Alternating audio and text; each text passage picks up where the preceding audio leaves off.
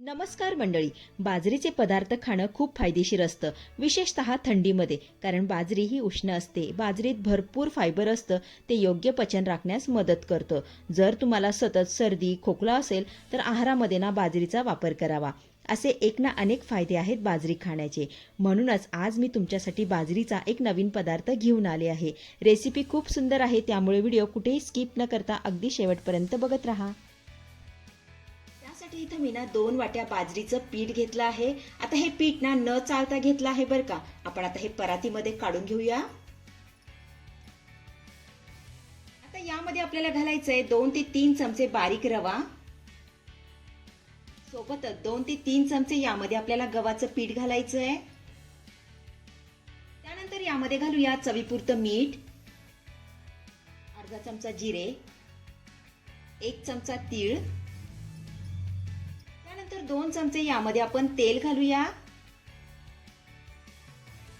आता तेल घातल्यामुळे काय होईल ना, आपला हा पदार्थ छान असा खुसखुशीत होईल. आता काय करायचं, हे सर्व साहित्य छान असं एकजीव करून घ्यायचंय.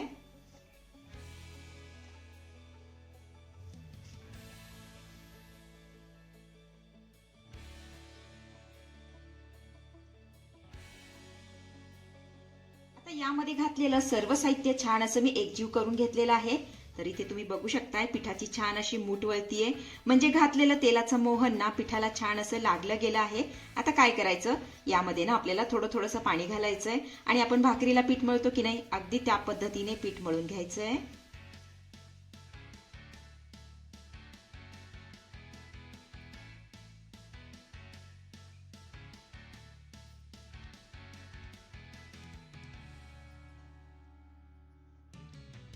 तर आपलं हे पीठ मळून तयार झालेलं आहे. हे बघा, अगदी भाकरीच्या पिठाप्रमाणे याला मी मळून घेतलंय. आता काय करायचं, यामधले आपल्याला चपातीप्रमाणे उंडे काढून घ्यायचे. हे बघा, अशा पद्धतीने आता छान असे गोल करून घेऊया.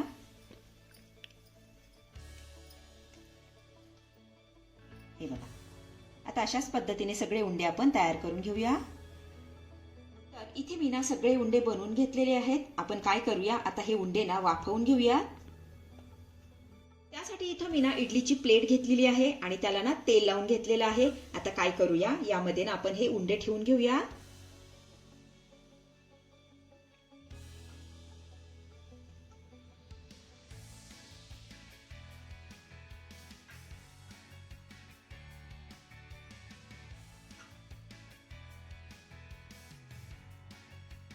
तर इकडे इडली पात्रामध्ये मी पाणी गरम करण्यासाठी ठेवलं होतं. पाणी देखील चांगलं गरम झालंय. आता ही प्लेट यामध्ये मी ठेवून घेतेय.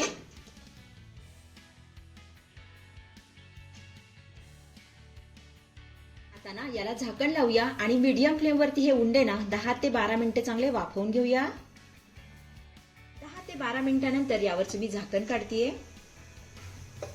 त्यानंतर ह्या गोळ्यांना हात लावून बघायचा आहे.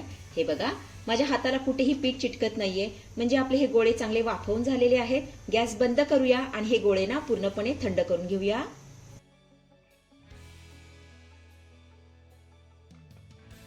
आता कुकर मध्ये आपल्याला अर्धी वाटी तुरीची डाळ घालायची आहे. त्यानंतर अर्धी वाटी मुगाची डाळ यामध्ये घालूया. आता ह्या दोनही डाळी आपल्याला 2 ते 3 पाण्याने स्वच्छ धुवून घ्यायच्या. डाळ आपली 2 ते 3 पाण्याने स्वच्छ धुवून झाली की यामध्ये आपल्याला पुरेसं पाणी घालायचंय. तर इथे मी 1 ते 1.5 ग्लास पाणी यामध्ये घालतेय. त्यानंतर अर्धा चमचा यामध्ये आपण हळद घालूया. त्यानंतर चिमूटभर हिंग यामध्ये घालायचा आहे. त्यानंतर एक उभा पातळ चिरलेला कांदा यामध्ये घालूया. आता कुकरचं झाकण लावायचं आहे आणि मीडियम फ्लेम वरती कुकरच्या 3 ते 4 शिट्ट्या करून घ्यायच्या. कुकरच्या 4 शिट्ट्या झाल्यानंतर गॅस बंद केला. कुकर थंड झाल्यानंतर त्यावरचं मी झाकण काढलेलं आहे. तर इथे तुम्ही बघू शकताय, डाळ मस्त अशी मऊसूत शिजलेली आहे. हे बघा, आता ही डाळ आपण चमच्याच्या साहाय्याने छान अशी घोटून घेऊया. अशा पद्धतीने डाळ आपल्याला घोटून घ्यायची आहे. आता गॅसवरती मी कढई ठेवून घेतली आहे. यामध्ये 2 चमचे आपण तेल घालूया. त्यानंतर अर्धा चमचा यामध्ये आपण मोहरी घालूया. सोबतच अर्धा चमचा यामध्ये आपल्याला जिरे घालायचंय. त्यानंतर 7 ते 8 लसूण पाकळ्या ठेचून घेतलेल्या आहेत, यामध्ये घालायच्या. त्यानंतर थोडीशी कढीपत्त्याची पानं यामध्ये घालूया. त्यानंतर यामध्ये आपल्याला एक बारीक चिरलेला टोमॅटो घालायचा आहे. आता हा टोमॅटो आपण चांगला मऊसूत होईपर्यंत परतून घेऊया.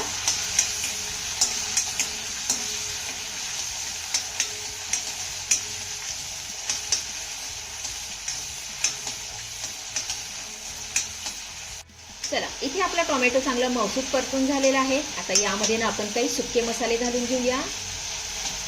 अर्धा चमचा यामध्ये आपल्याला लाल तिखट घालायचं आहे. 1 चमचा सांबर मसाला यामध्ये घालूया. आता हे घातलेले मसाले आपल्याला 1 ते 2 मिनिटं चांगले परतून घ्यायचे.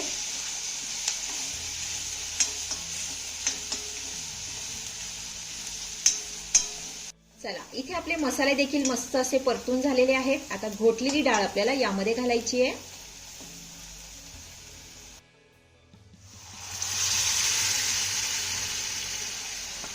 त्यानंतर 1 ते 1.5 ग्लास वरनं पाणी यामध्ये घालूया. त्यानंतर यामध्ये घालूया चवीपुरतं मीठ.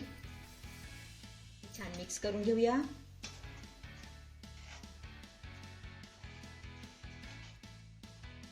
या डाळीला ना मस्त अशी दणकून उकळी काढायची आहे. बघा, इथे आपल्या डाळीला मस्त अशी उकळी आलेली आहे. आता वरनं ना बारीक चिरलेली कोथिंबीर घालूया. तर इथे आपली डाळ बनवून तयार झालेली आहे. गॅस बंद करूया. तर इकडे आपले गोळे देखील पूर्णपणे थंड झालेले आहेत. आपण आता याच्या ना वड्या कट करून घेऊया. तर हा गोळा ना आपण 4 भागामध्ये कट करून घेऊया. हे बघा, अशा पद्धतीने.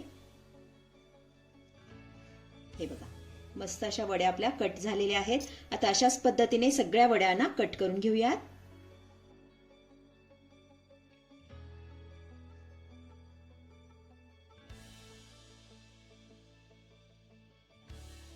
तर इथे आपल्या वड्या कट करून झाल्या की मस्त अशा तळून घेऊयात.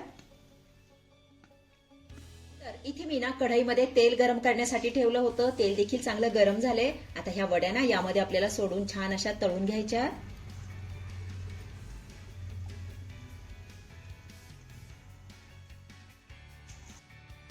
वड्या तेलामध्ये सोडून झाल्यानंतर गॅसची फ्लेम ना आपल्याला मीडियम करायची आहे आणि मीडियम फ्लेमवरती ह्या वड्या ना मस्त अशा खमंग खरपूस होईपर्यंत तळून घ्यायच्या.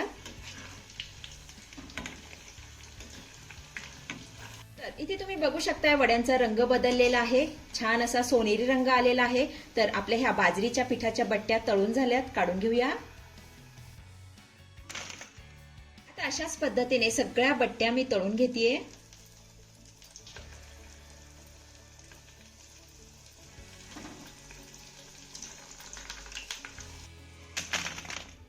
तर इथे आपल्या सगळ्या बट्ट्या मस्त अशा तळून झालेल्या आहेत. हे बघा, आवाजावरनं तुमच्या लक्षात आलं असेल की आपली ही बट्टी वरनं छान अशी कुरकुरीत झालेली आहे. बट्टी मी तुम्हाला तोडूनही दाखवते. हे बघा, आतमधनं छान अशी खुसखुशीतही झालेली आहे. आता ह्या बट्ट्या खायच्या कशा त्या देखील आपण बघूया. तर इथे मी ना ताट घेतलंय. आता ह्या ताटामध्ये ना आपल्याला ह्या बट्ट्या अशा पद्धतीने कुस्करून घ्यायच्या. हे बघा,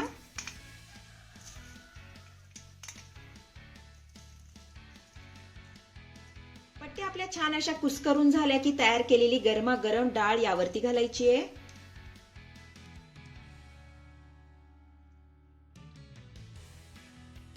त्यानंतर वरनं ना थोडंसं साजूक तूप घालायचंय. त्यानंतर छान असं चुरून ना याचा आस्वाद घ्यायचा आहे. पोट भरेल पण मन म्हणेल आणखीन खा, इतक्या चवीला जबरदस्त बनतो हा पदार्थ. अतिशय साधी आणि सोपी रेसिपी आहे. नक्की करून बघा. तर मंडळी, कशी वाटली आजची रेसिपी? आवडली आहे का तुम्हाला? आवडली असेल तर लाईक करा, शेअर करा, सबस्क्राईब करा आणि हो, शेजारीच असलेलं घंटीचं बटन दाबून ऑलवर क्लिक करा, जेणेकरून माझ्या येणाऱ्या नवीन रेसिपींचं नोटिफिकेशन सर्वात आधी तुम्हाला दिसेल. धन्यवाद.